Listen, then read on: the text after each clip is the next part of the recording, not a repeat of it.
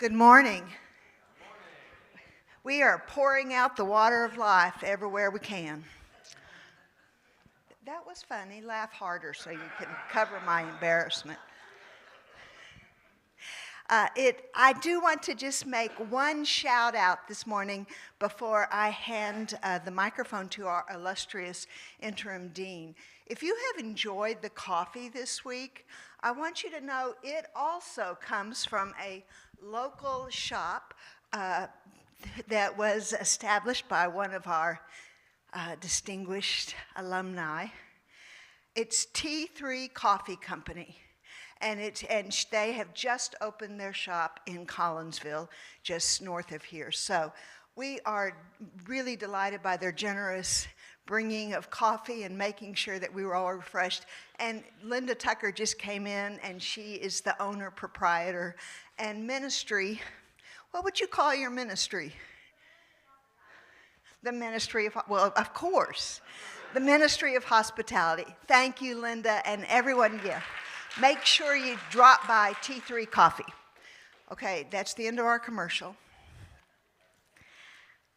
It's been a great privilege this year to work with the Reverend Dr. Lisa Davison as the interim dean and vice president of academic affairs, and of course, the Johnny Ergel Cadjo professor of Hebrew Bible. And today she will lead us in thinking about how on earth are we going to take what we have learned, teach it, learn it, live it. Thank you. Good morning, everyone. Good morning. Thank you for being here at 9 o'clock. And our panel was given the broad topic of teaching ministry in this new era or in this changed world.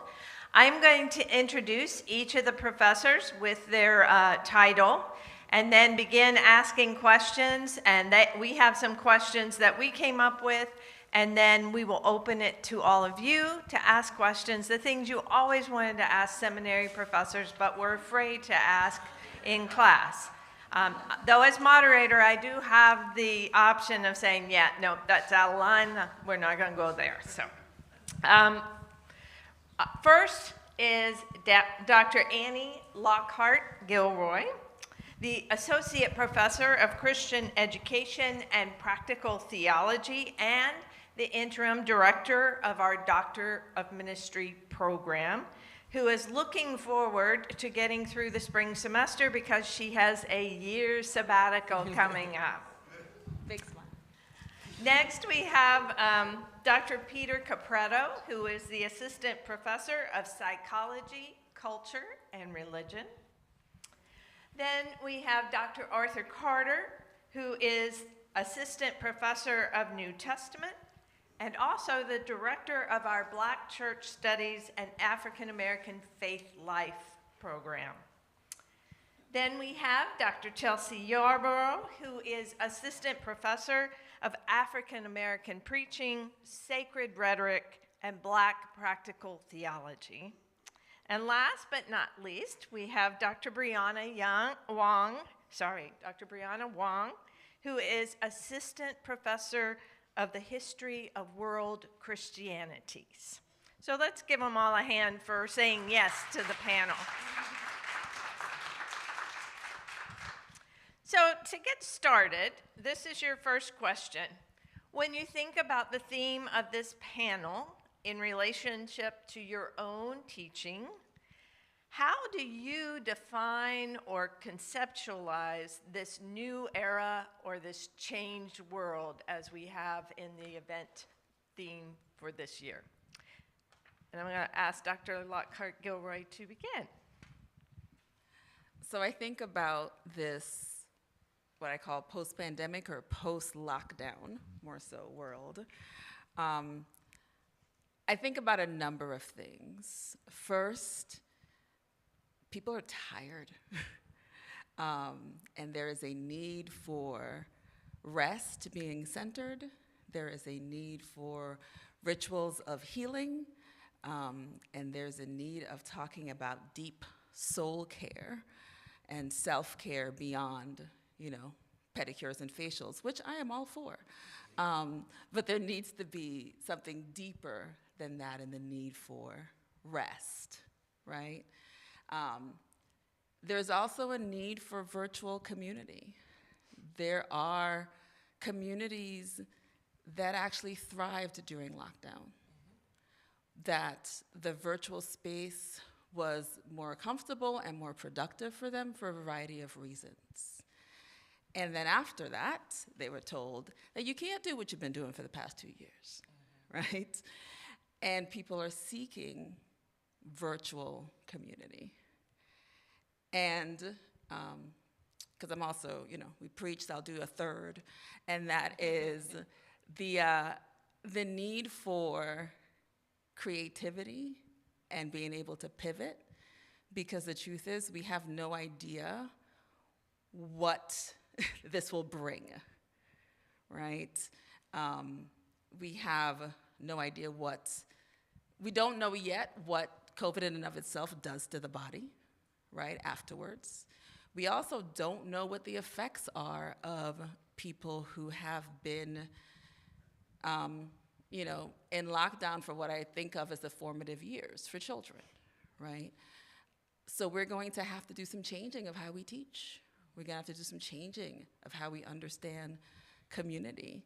And we're going to have to be able to be flexible and not force folk back into a way we believe things were, because folks want to go back, but we don't agree on where back is, right? But how do we look forward together, being able to pivot with flexibility and creativity? I think we're going in order here. So yeah, this question about how do I conceptualize or think of the new era. I think everyone is entitled to an honest response, which I'm serious about this. If I'm being completely honest, I had not ever thought of this as a new era. I'm being completely honest, and it's not because my head has been in the sand and I think that things have been unchanged. Part of this, I do wonder how much of this is generational, how much of this is particular moments. Just for some brief context, my cohort colleagues, closest friends, all graduated college first time in the middle of a financial crisis and absolute collapse of a lot of industries, and then graduated graduate school in the midst of yet another crisis. I'm not trying to sell a sad story here. My entire adult life has been precarity, professionally speaking, and otherwise. The last 3 years has been very hard, but if you ask my at least closest colleagues, theologians, chaplains, people working in various ministry work, ask them, have things, the last 3 years may have been more difficult, but have they been qualitatively more difficult than the preceding years? I don't think I know many people who would say yes to that, actually, which, again, I'm not trying to throw a wet blanket on the last 3 years being definitely dynamic and changing, but I think it has been precarity through and through from the very start for many people, and I think maybe my big thing of what are the new insights of the last few years, the pandemic and post-pandemic world, is a lot of clarification, a lot of the precarity that was already there at the outset. I thought I was going to be the contrarian. My first scripted words was, as the contrarian. But actually, I'm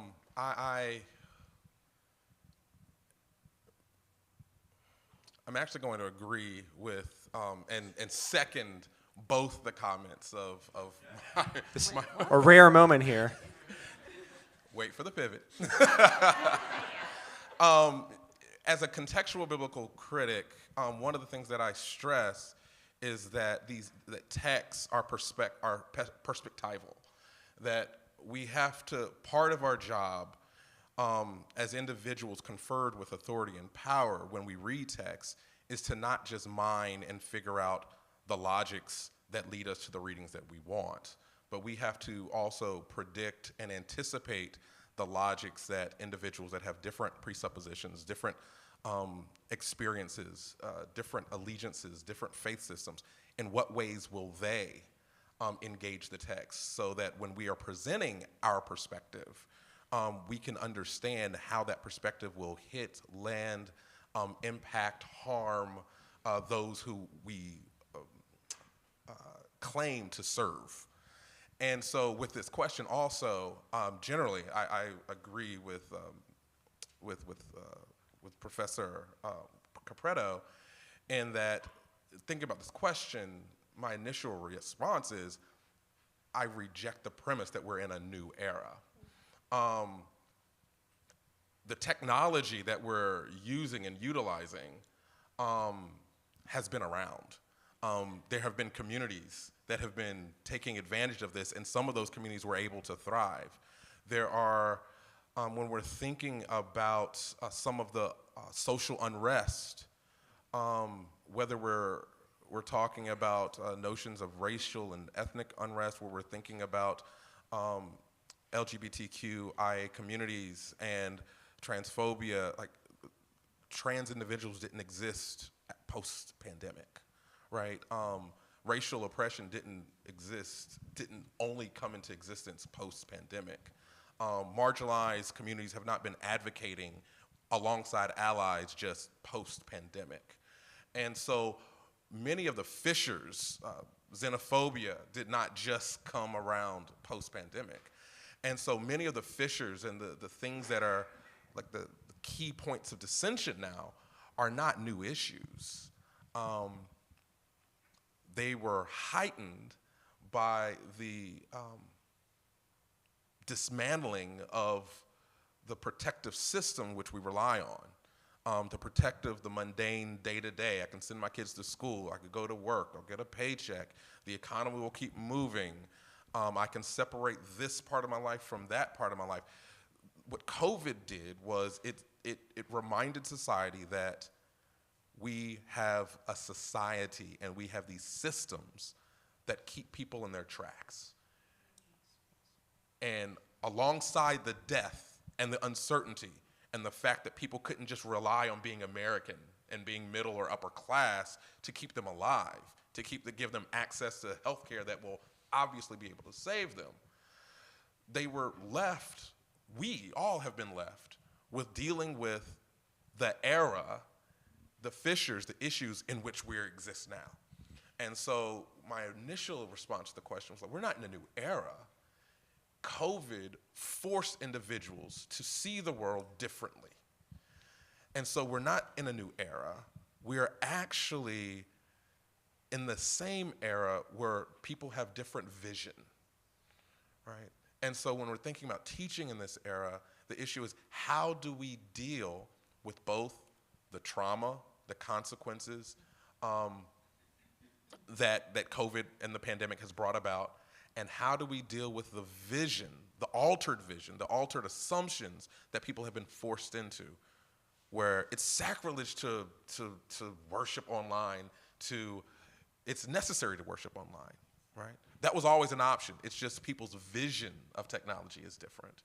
And so my first response was I rejected the premise, but at the same time, as the contextual biblical scholar, I leaned really into Professor Lockhart Gilroy's initial comments because for many individuals, that new vision, it's not a new global cosmological era, but it is a new era of within local context, right? It's a new era of how do I deal with the technology?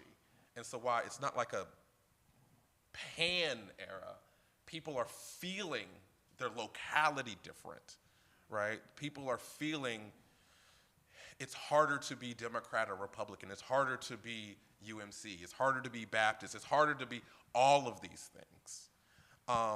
And so people feel with this new vision that they're this new era. And so when we're teaching, we have to engage them within that reality, while at the same time, for my initial response, push and say, guess what? Like, technically, none of this is really new, right? And so that's my initial kind of framing of the topic. Thank you. Dean Davidson, do you mind restating the question? I am that panelist, always. The question is, when you think about the theme of this panel or of this event in relation to your teaching, how do you define or conceptualize this, quote, new era, end quote? So when I think about the word new, I find myself constantly going back. There's an article by Dale P. Andrews, the late Dale P. Andrews, who was a black practical theologian. And his question was always, new to whom? And then how is it new? And so I think my response is, I do think that we are in somewhere between here and there. But I think much of the human existence is the liminal space, right? Much of the human existence is things, we think about the ecosystem that we live in, literally the earth is like there are things that are new, there are things that are old, there are things that are pruning, there are things that are blooming. Like it is the nature. And so I think that for me to say that it's not new flattens the experience of the disruption of a global pandemic to me. I mean, new things happen. I wear a mask on me at all times now. Like, it's new. And so it's like an accessory. But I also think what is new changed within different communities. And so, yeah, that's what I want to say. The works of, having to advocate for oneself from a myriad of marginalized community, that was not new.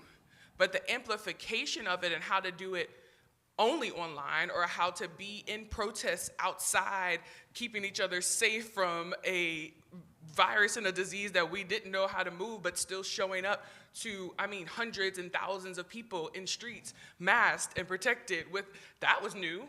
And so when I think about my own work as a homiletician and a liturgist, what I'm thinking about is how, in the multiplicity of what might be new, can I help proclaimers be agile in their understanding of themselves? And so for me in teaching, it was more so about people can't just be pulpit preachers no more. And I think that is new. I think that maybe we should have been doing that. But I think that the inclination, not just vocationally, not just under the guise of capitalism, like churches really ain't paying like they need to be paying, they ain't inflating like the world is inflating, but actually in one's vocation, that to be solely a pulpit preacher and to consider one's vocation nowhere outside of that framework actually is a disservice. There's too much in my face in the public square. There's too much I was at home scrolling most of the time, right? So folks are like, I have to choose to ignore it now in a way where before I could kind of be siloed in my space and have a wider chasm between my community's reality and the realities around me. And so when I think about, perhaps I'm thinking about the invitation of the new era, is to ask, what does vocational agility mean while still being honest? And I don't like to assume words. Again, I do rhetoric, so I don't like to assume words. When I'm saying agility, I mean the ability to pivot in a changing game. The game is changing. It's been changing. But the ability to pivot and still find oneself operating under integrity and under a sense of call, whatever call might mean to you in a changing game. And so for me, the classroom has to be layered, and it cannot just be geared towards one space. It has to be geared towards a practice, not a place. And that, I think, is different in homiletics, and it's certainly different in liturgy. Thank you, everybody. I learned a lot from all of your responses. Really appreciate all that my colleagues have broken down and unpacked. Dr. Yarbo, did you get to finish? Okay, good. Just want to make sure. In the early days of COVID, I heard a lot of people, especially Christians, talking about, this is wild, this is apocalyptic, meaning colloquially, I think, they were referring to the end of the world. Some people meant that very literally, and of course it wasn't the end of the world, but my Greek is a little rusty, but I think it, in the sense of, something being revealed, COVID was and is apocalyptic in a sense. There were issues that were indeed already there, that were already tearing apart society. Certain people knew this all along because we'd been experiencing it and could not ignore it. And for other people, through scrolling or other means, ended up realizing these different divisions and marginalizations in society for the first time, or at least allowing themselves to acknowledge them for the first time. So I think in that sense, we can call it a new era or kind of a new opening of the eyes. Hopefully those eyes will stay open. Yeah, I think of it as a new era in a number of ways as well, especially with respect to how certain individuals and communities have moved online in a way, bless you, that they hadn't been previously. I know many people, some my own age, some younger, some older, whose closest friends don't live near them. And there's this kind of comfort with that, to be able to have a sense of community. You pray together, you share updates every day over WhatsApp or Zoom or FaceTime or whatever it might be. You can have church or church adjacent kinds of communities and friendships that are truly encouraging and not kind of second best, even though you're not together in the same space. There are also new challenges that are arising out of this time, maybe exacerbations of issues that, again, were already existing. On a sad note, I think about the rise of domestic violence in many communities, where women in particular became more vulnerable. If you're trapped in a relationship, a marriage, or what have you that is already unsafe, now there are fewer people checking in on you, fewer opportunities to go out. This is during the lockdown. I think about children, as Dr. Lockhart-Gilroy mentioned, who are kind of falling behind in school or sort of socially becoming less adept, less equipped to know how to carry oneself around others because there are fewer opportunities to do so. I have friends who are teaching in the undergraduate context and have many students who were juniors or sophomores. Last time they were with other students regularly, and now it's like, okay, what does it mean to carry myself as an 18-year-old in public and not as a 15-year-old? And there were so many activities that other kids would have had that I didn't have, and I'm not really sure what to do about missing those milestones. So I think these are things that come up in the church as well as in the rest of society. As a world Christianity researcher and scholar, I think about what it means to be a part of a global community or global church community. When there was an Ebola outbreak in 2014, I know a lot of Americans were like, oh, that's very sad. Public health crises happen over there. Places like Liberia, not places like here. And COVID kind of, opened a lot of people's eyes. Like, you never know what might happen to us here as well as to other people living in other places. There was a leveling that was made more visible. And there's also more opportunities to interact with our siblings in other parts of the world. I have my students, maybe this is getting into a different question, but I do have my students visit churches in other countries over Zoom or Facebook Live or YouTube to kind of get a glimpse for what worship, what community can look like elsewhere. So thank you for the question. All right. See what a great group of faculty I get to serve alongside. Contrarians and honest and all those great things.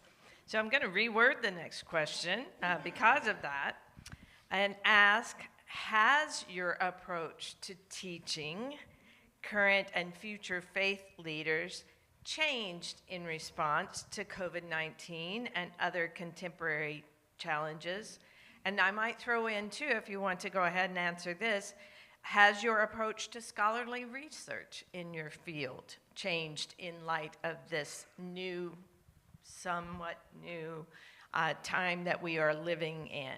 So, has your teaching changed and how? Has your scholarship changed and how?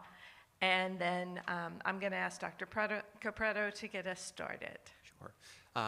Yes, I'm tempted to sort of walk back and hedge things. It's not a new era, but also I'm very much affirmed by the sense of things have changed. And as I'm thinking about this next question, I really have changed my teaching kind of from the ground up, honestly. For people who also don't know, I do have the unique privilege of having been hired by this institution, and 1 week later the pandemic started. So I really did have a real bait and switch thrown at me here. And So what ways have I changed my teaching? So truly my teaching methods fundamentally changed. I am someone who went through all sorts of, I think, I was really proud about these illustrious teaching certificates and things that I did at, we have a number of Vanderbilt people up here who also did similar training, got my syllabi really in a very impressive looking fashion, and then I came here and realized the landscape changed, and I'm not joking when I say that I've learned about a half dozen new pieces of pretty advanced design software and interactive tools to be able to deliver my materials in a more effective way in the pandemic that has really, I'm talking hundreds of hours of investment just to be able to deliver my material differently and more effectively in a landscape that has changed, all setbacks to the way that I thought that I was going to be doing teaching. So in terms of delivery, that has changed. I thought it was going to be a temporary unit for the pandemic. I'm very much a question-driven teacher, so all of my units, there's a question that we're trying to ask. So my intro class, I teach a theory and practice of spiritual care course. I thought I was going to be short-lived. Question, can we deliver spiritual care virtually? That is now a permanent unit that is not going away, and it was a very moment. That was a unit that I would not have taught had it not been for the pandemic. Now I'm sitting thinking, how foolish would it have been if, had the pandemic not occurred, imagine it being 2030 and me still not having that unit. Shame on me for not having better foresight in implementing it. Yeah. I forgot to mention, you don't have to answer every question. You can pass if you want. And remember, it's teaching or your scholarship. I guess I'll say something. No. Oh, I thought we were just going in a line again. Oh, no, That's no. why I was looking at you. Oh, okay. No, if you'd like to go ahead. I would, the way I run my courses, I mean, I tweak them all the time.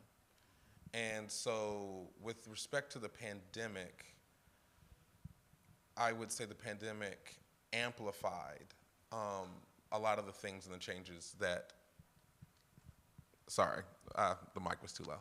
I would say that the pandemic amplified the tweaks and changes, the types of tweaks and changes that I'd make to my course regularly. I wouldn't,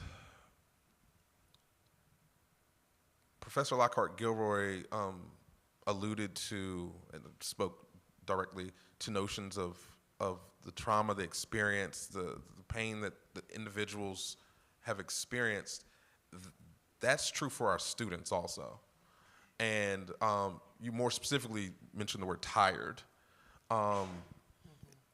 That's true for our students. I mean, for us as faculty as well, but definitely for our students. And so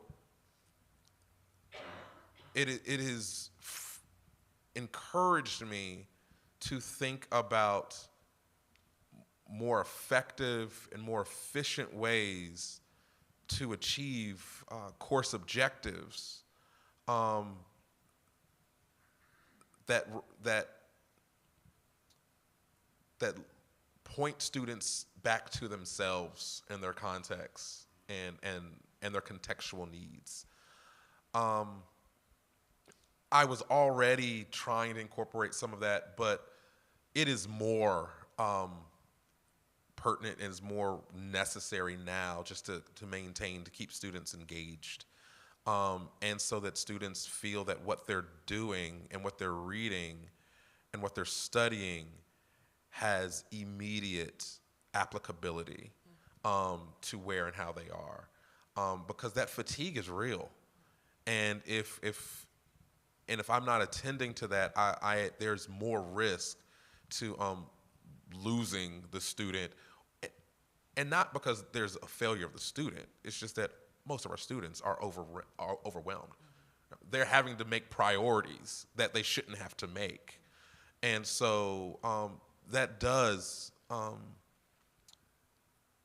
end up at the feet of the professor to try to incentivize through course material and course objectives students to prioritize the material so that it can not just be another weight on their plate. And again, going back to the not a new era, sort of, kind of, the other thing that is amplified is not just the student experience, but the changes and transitions in theological education. Theological education didn't just post-2020 come to need to confront new realities in demographic issues and enrollment issues. But 2020 has forced us to come to grips with that. And even institutions that are fighting and kicking against online education and other approaches, students are tired and they're overrun, and students, the fatigue, the tiredness, the resources alongside the changes in theological education were amplified. And so how we address that, how many course credits are required for a degree, how many hours are required per course, right? All of those things are directly related to how we teach and what we have time to teach and the methods and the medium through which we teach. Again, not new, but definitely amplified. And so all of those, that takes place in boardrooms, that takes place in faculty senate, that takes place in syllabi preparation, things that folks never see. And so, and when Dr. Capretto talked about the hundreds and hundreds of hours, I'm not going to claim hundreds and hundreds of hours, but I will affirm he's literally talking about hundreds and hundreds of hours. And the hundreds of hours that he puts in downstream impacts and helps his colleagues. So we don't have to put in as many hundreds. So my answer to this question initially was, I don't know, because I defended my dissertation in 21, which means I was writing my dissertation in quarantine. Yeah, it was super fun. Loved it. But so I was sitting here reflecting, and I was like, I think what this shift to hopefully a new era, that's what I'm hoping for. I'm hoping this pushes us to a new era. I think what it did for me was actually shift who I became as a pedagogue. Because during quarantine, I'm very much an extrovert. I always often call myself in the academy the resident extrovert. There's not a lot of us. And so being by myself day in and day out, writing at a computer, I went downhill real fast. And so I had to figure out how to build intimacy through hybridity, right? Oh, this is so great. My dear friend here, Dr. Wong and myself, were both teaching at Wake Forest at the time. And so we would take hours walking every day, because what else is there to do? And so with our masks on, very much like, I had so much hand sanitizers on my hand, but we would take walks every day and just talk about what we're writing, what we're doing, what we're thinking about. So when I think about how that translates to the classroom, let me shift back. I also had a group of women that I wrote with every day, a group of Black women that's important to me, that we all defended at the same time, who I wrote with every day from 10 to 1 on Zoom. And for it's like, oh, yeah, like so disciplined. Yes, and if someone didn't show up for 2 days, somebody knew. If someone wasn't progressing, somebody knew. And so I think for me, what that has shifted in my pedagogy is that two things. One, relationality is priority in my classroom. We start off going, folks, there's a way we introduce one another, and people are always like, there's a lot of information I'm giving to strangers. But it's a way of knowing someone else beyond, hi, I'm Dr. Yarbrough, she, her pronouns, I'm from Baltimore, Maryland. Welcome to my class. But you actually get to know, who is my grandmother? Like, what do I mean when I come from Baltimore? And then everyone gets to introduce themselves in that way. And it takes some time, but what I have found is that it creates a different type of synergy within the classroom when I know you beyond the statements that I might, be pushing up against, or when I know you beyond the conflict that I've already decided is going to happen because when I showed up, I projected who you were, in the classroom. That's what we do. And then also conflict is a commitment of my classroom, which I don't think it would have been as a priority, because what I've realized watching people online is that people don't know how to argue well without being petty and ignorant. And so it's the truth, and without being vile and cruel. And so what I often say is, if we can't do that in this little incubator where there's boundaries and, higher ups you can report to if you feel like it, I have 0% confidence that you can do it outside of this space. And so I invoke conflict. If someone says, I agree, but, that's a statement. It's on the syllabus that you can't say in this classroom because it means you don't agree. I agree, but is a silly statement. You don't agree. And so us being willing to be like, I actually disagree, and this is why. This is where I'm coming from. So I think that relationality piece, and then the second piece I'll say is being willing to pivot in the moment. I'm very grateful to have been taught by really great professors who, when things weren't going well, they changed. But I think even, especially amidst hybridity, when half the class is online, half the class is in person, somebody gets COVID in the middle of the semester, I hold my syllabus very loosely because I'm very clear on the end goal. And I think that shifted. I think I would have been like, no, we got to get through these readings. You gonna read or you're not? I mean, you're a grown-up. I teach grown-ups on purpose. But really thinking about what's the end goal, and are there ways throughout the semester if something major happens, if we need a breath break. There's some weeks I'm like, y'all, I ain't got it and neither do you. See you next week. And actually letting that be a practice of humility and not a practice of oh, I'm a bad professor. I'm not doing the scholarly thing. No, I absolutely am. My name is still Dr. Yarbrough, period. But that doesn't mean I have to be mean or stoic or cold. And so I think that what happened to me during quarantine was a softening that I think I showed up in, I hope to show up in the classroom with. Thank you. Once again, I learned so much from all of your responses. I want to reiterate much of what's been said. Dr. Carter, you talked about just wanting to acknowledge the tiredness of the students and the kinds of assignments that you come up with, and that's something I've been thinking about as well. And I acknowledge I'm still growing in this area. I'm open to suggestions. It's a little bit of trial and error. I'll try something and then realize, ooh, the students are really tired, and I'm not sure that this particular assignment was the best one. Next time I'm going to do it this way.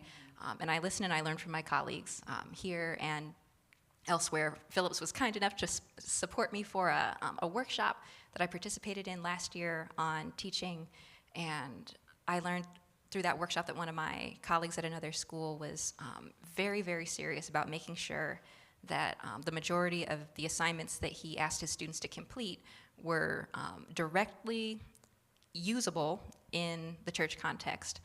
We're going to translate only passages that you're going to preach on Sunday. And I'm like, wow, that I was not yet at that level. I'm still not at that level, but I'm thinking about it and trying to listen when students say, oh, I need to come up with a curriculum for adult Sunday school for next year. I'm like, okay, is there a way that we can incorporate that into one of the assignments for my class?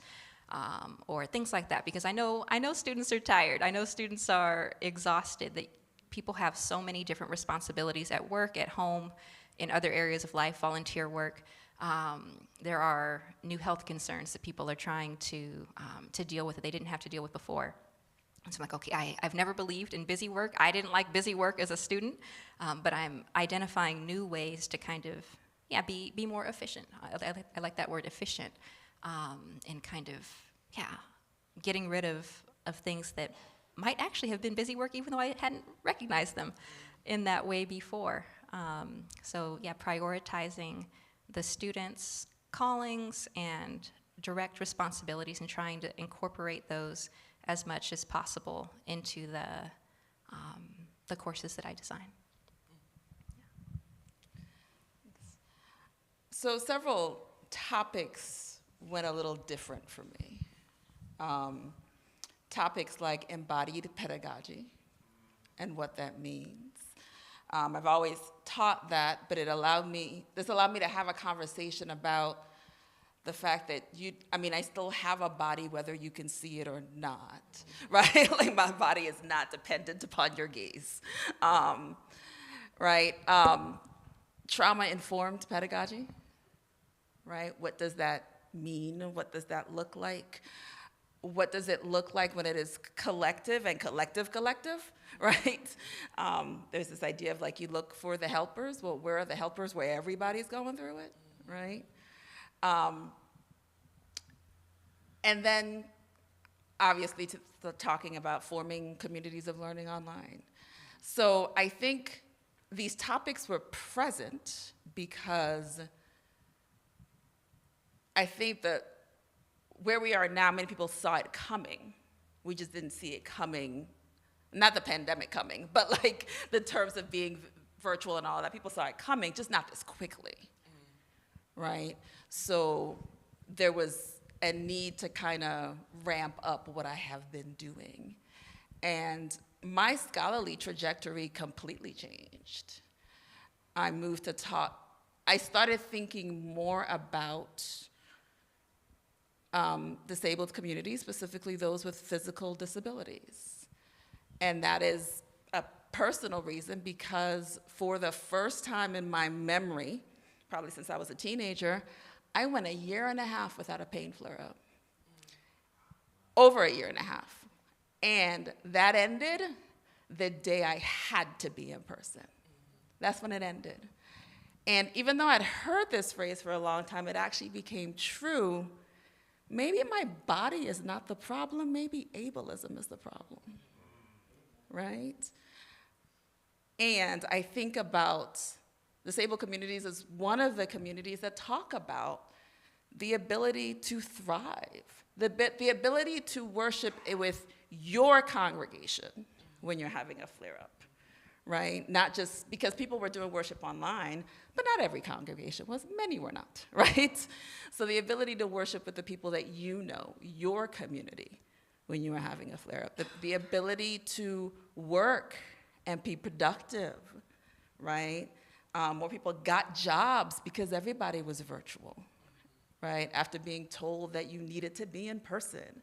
And then it was taken away because what you've been doing for the 2 years, you can't do that anymore.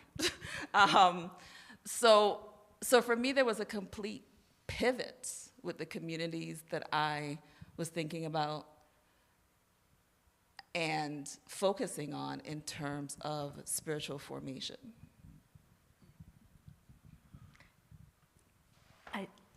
I just want to add, first, thank you all for all these things. I'm writing them down in my head. I hope I remember them long enough to get to the office. One of the things that Phillips did that we had tried before and we knew we needed, but I think COVID helped us understand, is we've hired a director of instructional design who will help our faculty, me included, and maybe me especially, who didn't begin teaching online till well into my career, help us make better online classes and not just take the in-room class and try and put it online. And this person, Chris Wetstein, will also work with our students when they have issues with Canvas, which they do often, as we do as faculty. So that was one thing we did this year that I hope will address some of the concerns we're raising here. The second is institutions, we all know, move slowly.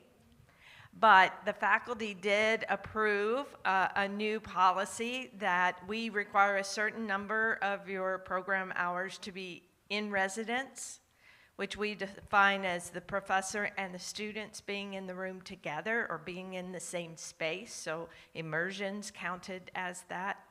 The faculty passed a new policy that up to 50% of those residence hours can be fulfilled by courses that are offered as synchronous Zoom classes.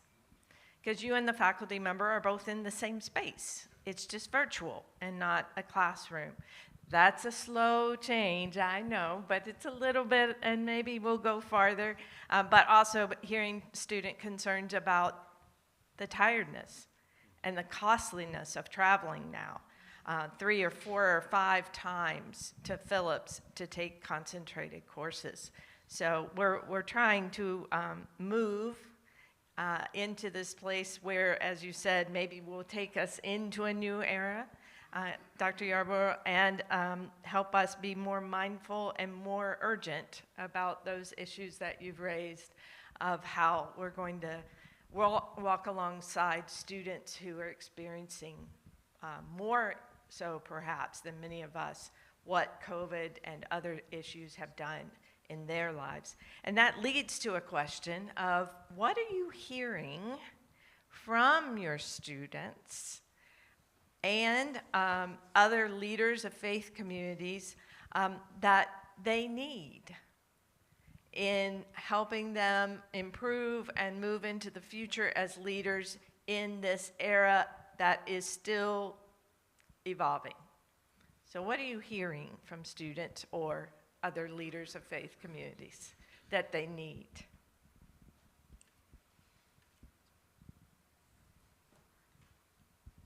Oh, I forgot to ask somebody to go first.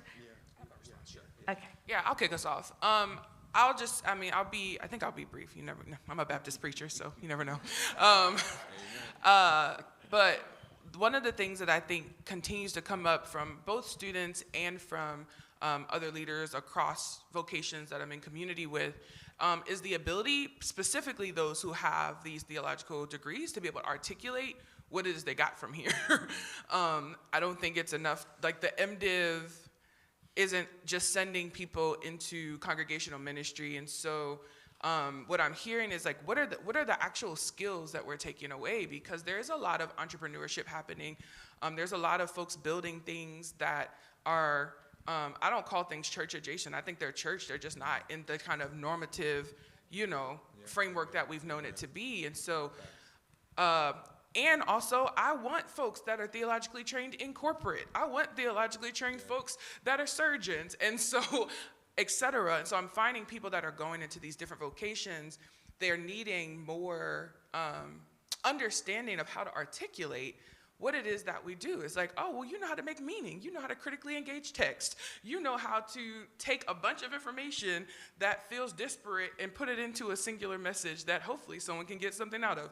Like, there are all these different skills. And to me, that feedback of like, well, how do I use that here? Or how can I move that here? Or what does it mean for the pastor to get the mic when something happens in the neighborhood and the media shows up? Like, these are all the things that I'm hearing feedback. And actually, I find it really exciting that this is the feedback that folks are actually thinking about. How can I think of myself as someone who lives into their theological degree in a way that is faithful, a way that honors, like, this is the information I learned, but doesn't feel pigeonholed by it, that doesn't feel stuck in a particular rut to do only one thing. And I think that could be really exciting to see folks who are theologically educated in a bunch of vocations, co-conspirators across space and time, so that perhaps we can embrace something that looks more like justice, and that looks more like depth and reflection. Amen. Thank you. One of the main suggestions that I've heard from students actually has to do with what you were talking about, Dean Davison, with respect to interaction. So I think a lot of students have been craving connection with other students. So the increase of Zoom hours that can count as residency, that's been really exciting to a lot of the students that I've spoken with. I know some courses have to be asynchronous because people have work responsibilities or other obligations that kind of make that impossible to be on camera at the same time as other people. But in those kind of situations, I try to still create opportunities for people to see each other's faces. Upload a video. We had a church visit reflection and a kind of presentation as a part of my History 1 course this fall, and multiple students wrote back and they said, thank you for allowing us to see each other's faces. Nobody had to be online at the same time as everybody else.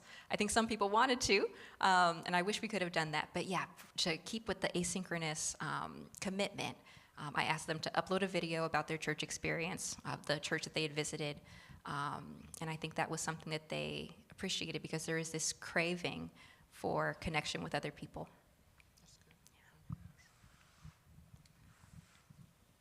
So a couple of weeks ago, I spent a week with a group of Demon students talking about the questions and puzzles of their ministry. And the questions that keep coming up: post-pandemic pastoral care, virtual ministry, in a variety of ways. right? How do I care for a group of people who they just so tired, right? And how do, I also convince them that rest is not only okay, but, like commanded, right? And how do I build these spaces for community in virtual spaces, right? Beyond streaming, right? So like beyond streaming our services. Those were the topics that came up again and again and again as what they're trying to figure out, both as students and as pastors.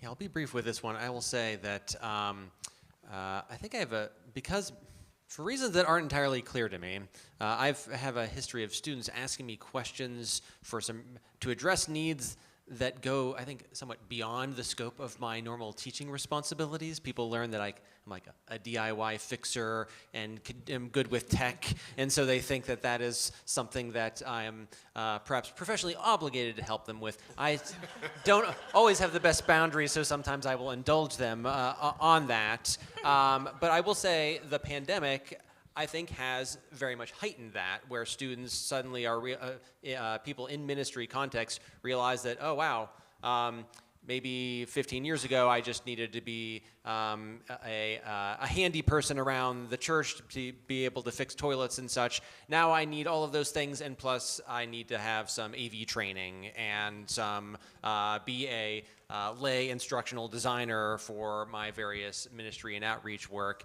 I try to help people in small ways, but if I'm being honest, one of the things I'm wrestling with is, am I the person who is actually equipped properly to accompany you with that? I've very much made it up as I go on that, but have I been formally trained in any of these things? No. When you come to me for pastoral care and philosophy of religion training, I've received proper training. I've been vetted. On these other things, I have not. So I continue wondering, what does it look like to be accompanying people in ministry contexts on skill sets that frankly are not, well, I don't want to assume too much, but most theological institutions are not equipping people to be, again, website designers. Yeah, I appreciate that. How I answer that? I have students that don't like my teaching style and approach, and I have students that complain about aspects of the class, right? Because putting that out there first. They generally are the ones that don't talk to me, so I hear what they say behind my back, but they haven't told me, so I can't say that this is what they've told me, right? So now I'll tell you what students are telling me. I've had a number of students come to me and affirm aspects of my courses that they are seeing in biblical studies, a direct, and in our foundations of Black church traditions, that the courses provide them good information, but they come to me more often describing how it's helped them see where they are and understand where they are differently. And that means so much to me. Because they're not saying, hey, I didn't know those dates before, hey, I didn't have access to that information. Like, they'll say that from time to time, right? But usually it's, I didn't realize, I didn't understand. I'm seeing, so that affirms me that I'm not as proficient as I need to be, but that I'm possibly on a solid trajectory. But when talking about things that they need more in the context of what I'm saying, like weaknesses in my proficiency and in the affirmation of transferred or not transferred, in a engaged vision. Like I would say students are saying they need more time. Like there's not enough time.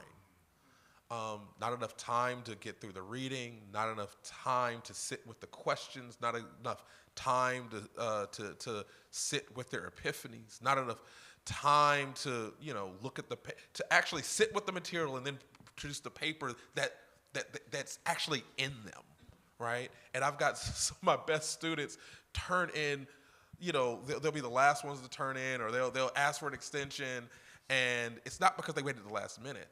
It's that they actually have something in them, and they don't feel they have enough time to get it out, right? Not enough time to build community with their classmates, right? And so one of the things that students are regularly saying, they don't have enough time, both in the program and both in the actual week, and both in the class itself.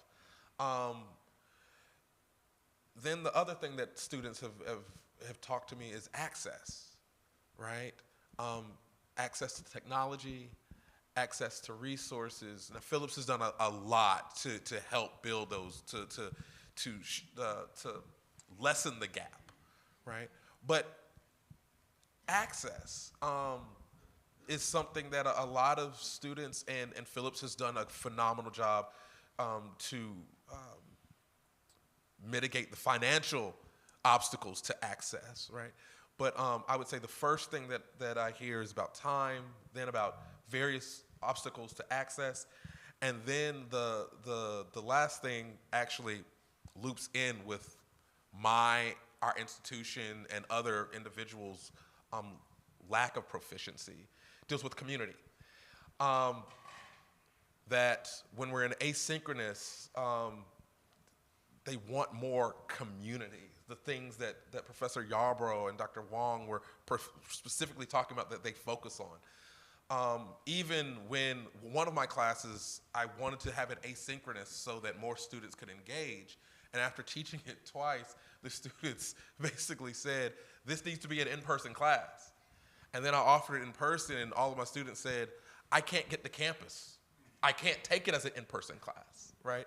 And so now we've shifted to having it as a hybrid where we do 6 weeks online, and then we have a power weekend where we all come in, and it's a weekend of power. It is, because they get the engagement, they get a different type of community, which helps facilitate the fostering of online community when they leave. And the community piece, I think, is connected with all of these are interdependent, but I do think as we move hopefully to a new era, this notion of new and better proficiencies with instructional design, with our leaning into the types of mediums and media and technology that we have, that's the thing I'm most kind of charged or shamed by, is that there's something I think that we can actually do, that I can do to enhance my proficiency, if I had more time, proficiency at finding different ways to use technology, to use where we're headed, to actually model ways of building community, like my colleagues have already said. Because if we can do that in this laboratory, then that's an entire another skill set that they're leaving with, that they'll be able to model while I'm doing biblical studies and all of us are doing our independent, our disciplines. So. Thank you. I'm going to ask another question, and then I'm going to turn it to you all, so be thinking about what questions you might like to ask our faculty members. And if you don't have any questions, I do have 2 more on my list. So we won't sit in silence, but I want to give you time to have a conversation with our faculty. So I think it's been hinted at, but what are some gifts, insights that you think this time period of teaching in COVID and beyond, you want to bring forward or have already brought forward in your teaching, your scholarship, and other ways that you participate in the world. So gifts, insights, enlightenments that you are bringing forward with you as we continue to this new era that we hope comes. I'm going to ask Dr. Wong if you would start, and then you all go in whatever order you want. I'm not trying to, I don't want it to be too orderly, so. All right. It will not be too orderly. Yeah, so I think just building off of what we've spoken about already, even though this has been we're emerging out of a very difficult period in history. There have also been gifts that I associate with this time, especially with respect to what we've been able to learn. I alluded earlier in my responses to this idea of hoping that eyes will stay open. There have been so many opportunities since the start of the pandemic to realize things that I hope people would have noticed before, but sometimes it wasn't happening, and this created a new opportunity for eyes to be open. I'm thinking in particular of 2020 in the spring. We lost Ahmaud Arbery, Breonna Taylor, and George Floyd all in short succession, and people had been, protesting and calling attention to racial injustice in the U.S. for a very long time. But there were churches, there were individuals who were really starting to pay attention for the first time when all of this was happening. And there was a bit of momentum that spring. I think some of it, unfortunately, has dissipated, but there are still people that I personally know who had an awakening during that time and are still trying to learn more. Are still convicted, are still trying to raise awareness in their own communities about, this is something that we need to be actively working on, actively repenting of, and trying to change. And so I want to, build on those kinds of conversations that are already existing, questions that my students have, trying to walk with them as they continue on their own journeys of discovery and transformation. For themselves and also for their communities. I think about the ways that I've learned to be a better teacher and that I'm still learning to be a better teacher, trying to be more efficient, trying to think about what students need, trying to be more creative in the kinds of ways that I connect with students outside the classroom as well. When I was a PhD student doing kind of TA type jobs, I used to love to go rock climbing with students and have mentoring type interactions outside of the class. That's been harder with COVID, especially when we were in lockdown. It's like, well, you can still have ways to build community with students, even if it's virtual. Zoom game nights. I love game shows for those of you who've been in my classes. You can do Jeopardy, you can do Wheel of Fortune, things like that on Zoom. I had a student who invited me at one point to a prayer meeting in a tradition that was unfamiliar to me. It was a Zoom prayer meeting. I'm like, yeah, I'll join you at the prayer meeting, So just trying to be open to different ways of connecting even across great distances. We can have community, we can still affirm each other, we can still build one another up, even if we're not in the same physical space. And I'm going to build upon the idea of may our eyes remain open. Yeah. Because I think that I agree that one of the things that have changed is more awareness to the problems of our systems, right? So with my focus on education and the various conversations that went on about can we close schools? Well, some kids only get food at school, so we can't close school. And I'm yelling at NPR going, why is this okay? Right? Like, why are we just accepting this, right? And we talk about the issues of not every student has access to the internet or has a computer, so they're gonna be behind. Yeah, they've been behind for about 20 years, right? That's been an educational need for over 20 years, right? So I hope that our eyes remain open to a variety of things, including communities that thrived through a global pandemic. I talked a little bit about those with mobility issues. There are also students and workers who thrived because for the first time they didn't have to deal with microaggressions at school or at work, right?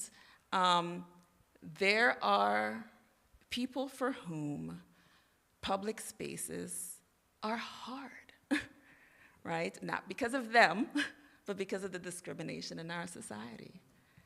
May our eyes remain open. So I'm going to follow the standard cishet white guy trope and restate the things that black women around me said and take credit for it.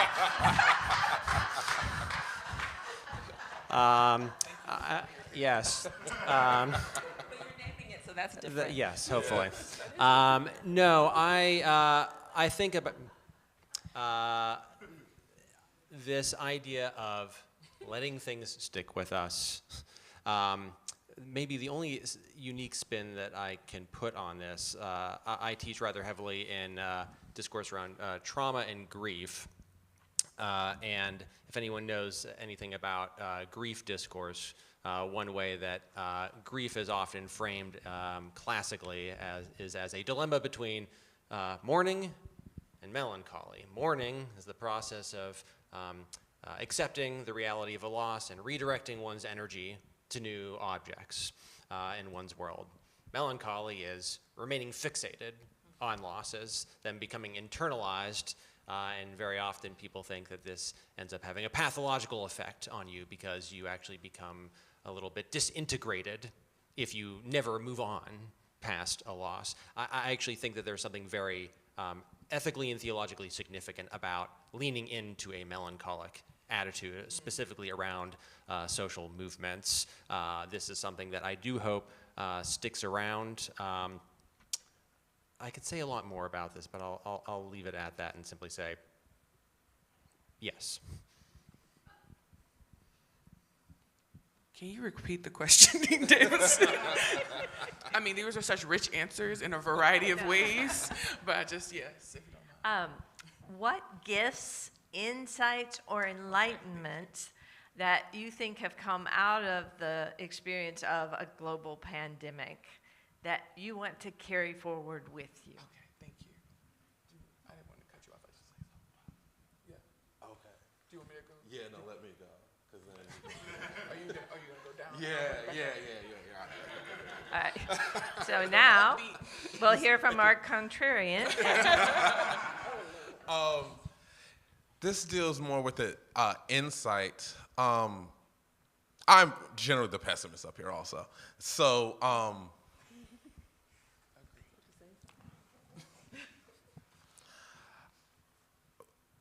there have been positives, and I will not deny that. However,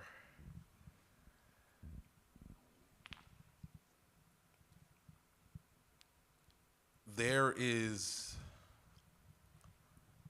an unhealthy nostalgia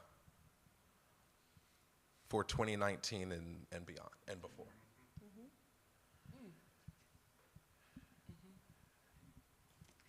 And there's that unhealthy nostalgia requires that individuals come to some foundational approach, whether it be consistent or inconsistent. And because the pandemic has revealed that you can't necessarily rely on your straightness for everything, and you can't necessarily rely on your whiteness for everything, and you can't necessarily rely on the state to do everything for you, and you can't necessarily rely on your unique superiority, internal superiority over the rest of the world to save you. Individuals have decided, I mean, there has to be a response. And so some are trying to recreate their image of pre-COVID, right? COVID's gone, or COVID never existed, it didn't really happen. And they're leaning into those systems, into recreating systems that never actually fully existed, right? And then an alternative approach is that individuals are leaning into this newness, but they're trying to create this newness with as little diversity as possible. And I'm talking left-right diversity. I'm talking about like with as little heterogeneity as possible. And so when I think about what Professor Yarborough was talking about in terms of she wants people to know how to engage in conflict, we are leaning into our chosen identities, and we are losing the ability to know how to engage in conflict. I mean, we're not in conflict within circles. We're in conflict across lines and barriers, right? And that's impacting the types of spaces that we're creating and the types of systems, right? And that's exacerbated, right? I was talking with a colleague the other day that was talking about looking for the purple, right? It is increasingly our choice to not just not be in spaces with difference, but to eradicate difference.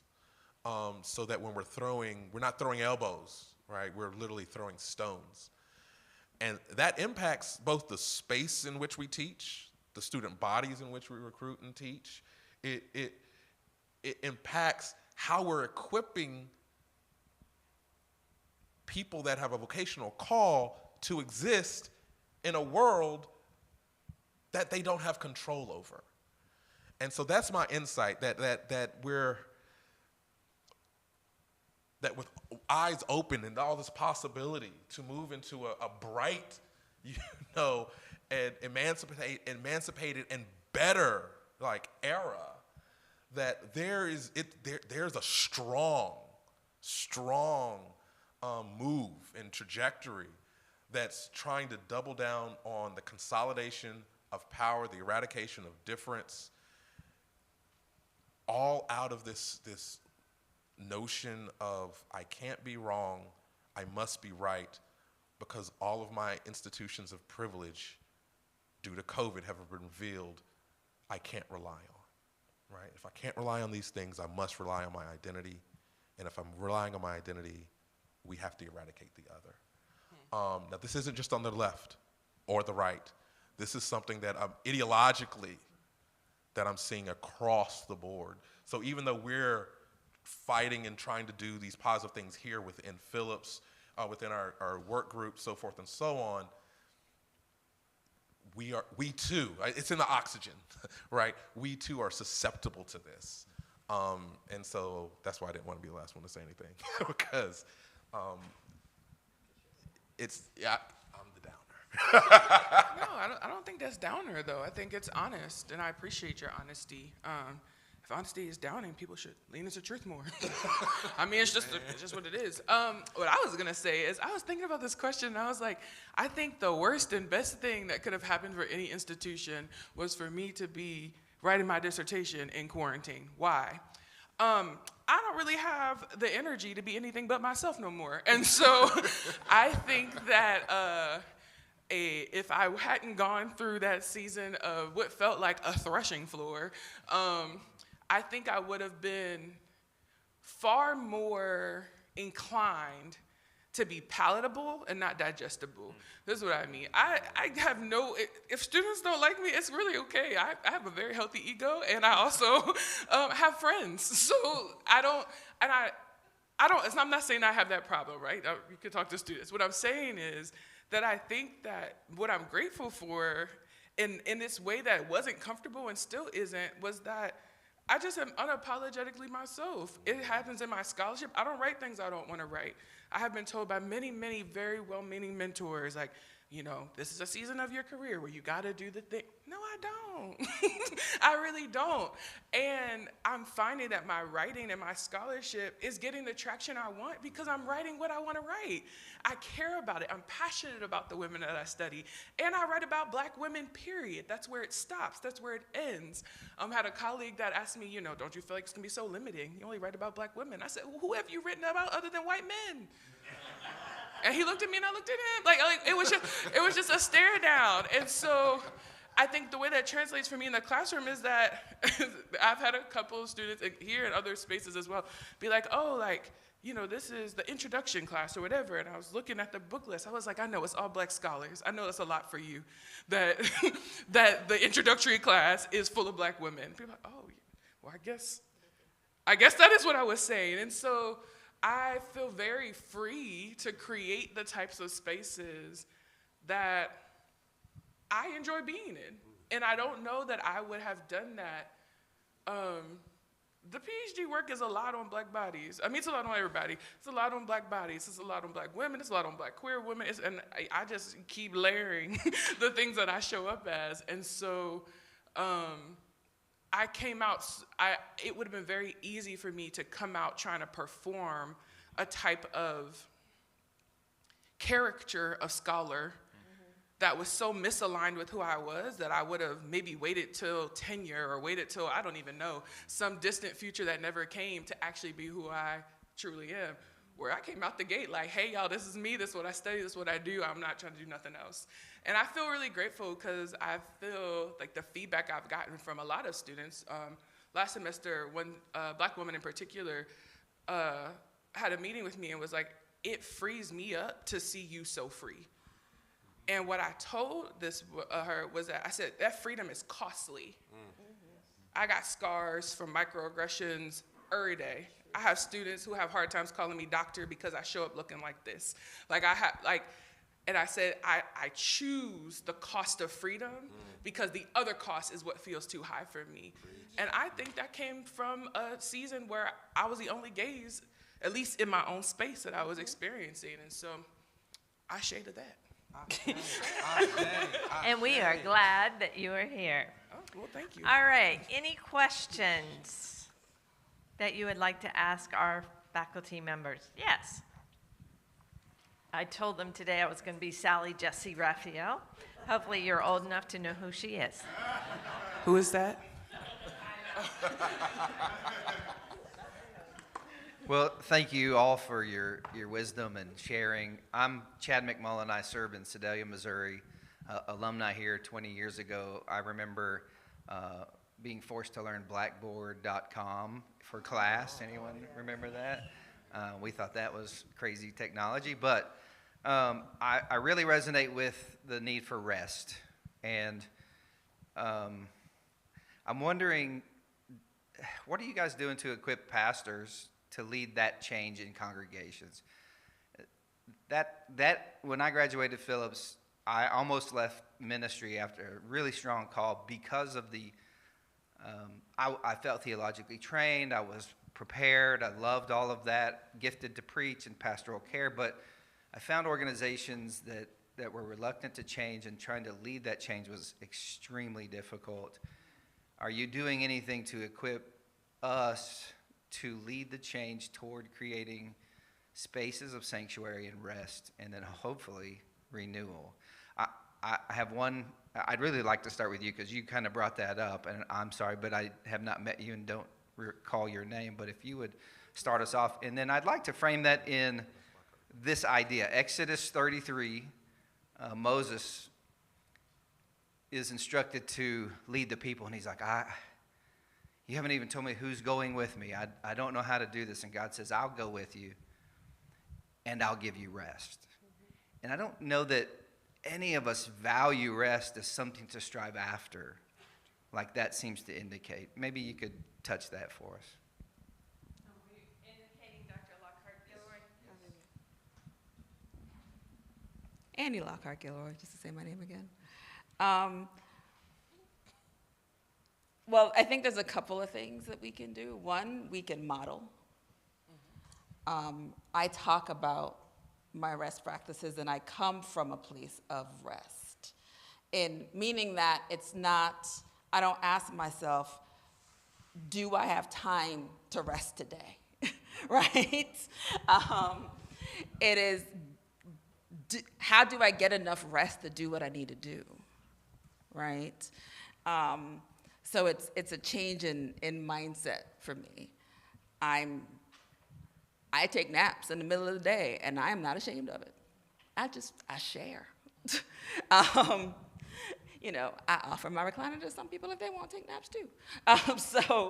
So I think that, one, it's important to model. It is also, I think, important to, as we are modeling, it's important to think about the implications of various ways that we brag about not getting rest. So I changed the narrative. It's not always comfortable, right? I stayed up all night doing this paper. Why? Why? Oh, sorry. Why? I have a late policy. Honey, lose 3 points. Get some sleep. You know, like that's what the late policy is for, to give you options, right? Like that's not something to be applauded, right? To overwork yourself is not something to be applauded. I leave other people to talk about in depth what the Protestant work ethic and its problems, but I think changing the narrative and talking about how this being exhausted is not something to strive for, and thinking about Moses after his father-in-law saw him spend all day listening to people talk about, you know, he stole my donkey or whatever, right? And his father-in-law said, in the Annie Lockhart Gilroy version of the Bible, and no, I did not take Hebrew, and his father-in-law said, what are you doing? Like, why? This is not good. You are not the only person capable to do this. The world will revolve around without you, and if that's problematic for you, then we got deeper issues, right? Like if it's problematic that a system, an institution, or something can work without you, then we have other stuff we need to talk about. I do believe there is a God, and nobody in this room is that God, right? There's other ways to parse that, but you know what I mean, right? So I think all of those things and all of those conversations. And I think about the weekend courses that we have, or the concentrated courses that we have, and how we can approach them as retreat settings, right? How it can be a space to, I mean, we have 8 hours together every day. We can mosey, right? And that's another way I model not glorifying being overworked, overtired, because why? And to quote, I think his name was Jethro, right? Yes. What you're doing is place. not good. So what? He has 2 names, depending on where you're reading, so Jethro's good. Hold on a second. I want to see if we have other questions, just to not limit it to one. Though I am going to take a moment of very big privilege, I'm sorry. But as a Hebrew Bible scholar, I remind students God had to rest. And if you don't think you need to rest, then what does that say? You think you're better than God? Stronger than God? Sorry, I just had to throw that one out too. But I know you want to have to know. Can I say something very fast? Yes, you This may. is what I want to say to the question about rest, beloved. Rest is also a luxury, and not a luxury in the way that Dr. Lockhart Gilroy, we have to take rest. But living in marginalized bodies in this raggedy, supremacist world is exhausting. And so some of the counters of burnout are actually having to be like very real with oneself. And I'm even thinking about this now throughout this week, is how do I have to steal away to recover from whiteness? That's not a sleep practice. That's not a bath practice. That's removing words that try to become flesh in my body that I reject. Words like, someone came up to me yesterday after, or the first day after the prayer, and said, that was so articulate. I teach preaching for a living. Yes, I speak well. Period. You know what I'm saying? And I know it was coming from a kind heart, but it was still coming from there's an assumption of, oh my gosh, this bot is really saying something to me. Wow. That's where that comes from. And so some of the things that I also tell students, in addition to rest and nourish yourself and all of that, please do it. Also ask yourself, how are you being exhausting? And how are you countering someone else's rest? Because also practicing supremacy is exhausting you even if you don't feel it. Good. Thank you. I'm glad you added that. Go ahead. Just 2 resources that I would encourage people to check out. Rest is Resistance by Tricia Hersey. Yes.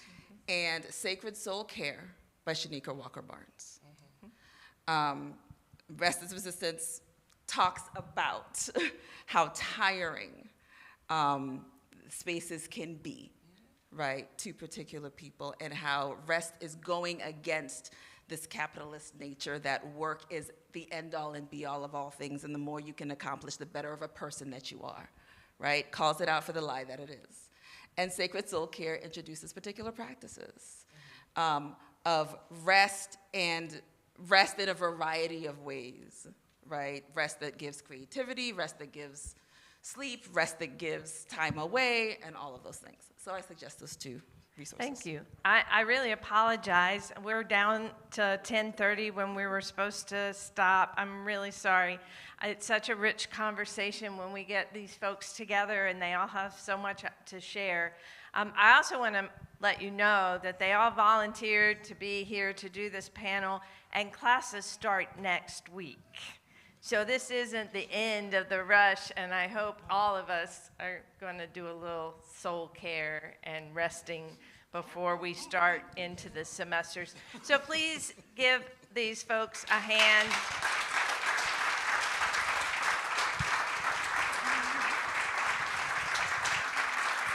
And I'm sure that if you want to engage them at some point, you can contact them, make an appointment, so not just dropping in to say, oh, you don't do anything here, so you're not teaching right now, you must be free, and glean from their wisdom as well as the other faculty members here at Phillips Theological Seminary. Do you want me to announce the next thing, or do you want to? Okay, I'm going to let the president have the last word. That's what they pay me for. Thank you. Thank you. Thank you. I'm proud to know you. Thank you. I want to take a moment to say thank you so that to some other folks, as well as this wonderful faculty that keep me far more on my toes than I want to be. This event is not possible without the work of the entire employed community at Phillips Theological Seminary.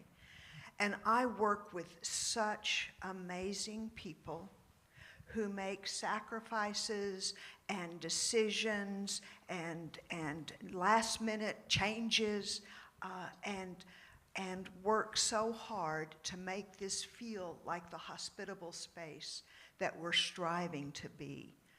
I particularly want to thank, and see now they're going to come in, there's just so many.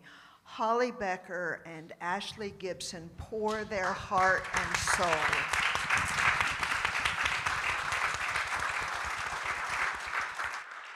into the kinds of hospitality we want to move toward, and I am so grateful that they make possible the rest of us the opportunity to breathe and be together and think and grow. They're standing next to Sharon Russ, who also joins in this kind of work of holding up and catching the balls that both the dean and I will run out the door and then throw them and go on to our next thing. And we're just so grateful for that and for all the work that continues to go into supporting this amazingly resilient, faithful, powerful school.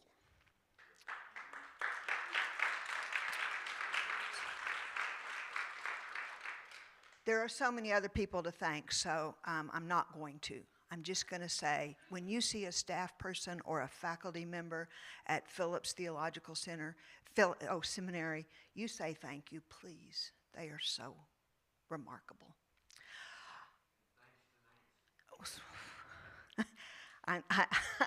Yeah, can I spill some more water all over the floor? Thank you, Richard. Thank you. We're going to worship together. So take a break, take a bio break, breathe, rest for 11 minutes, and come back to worship.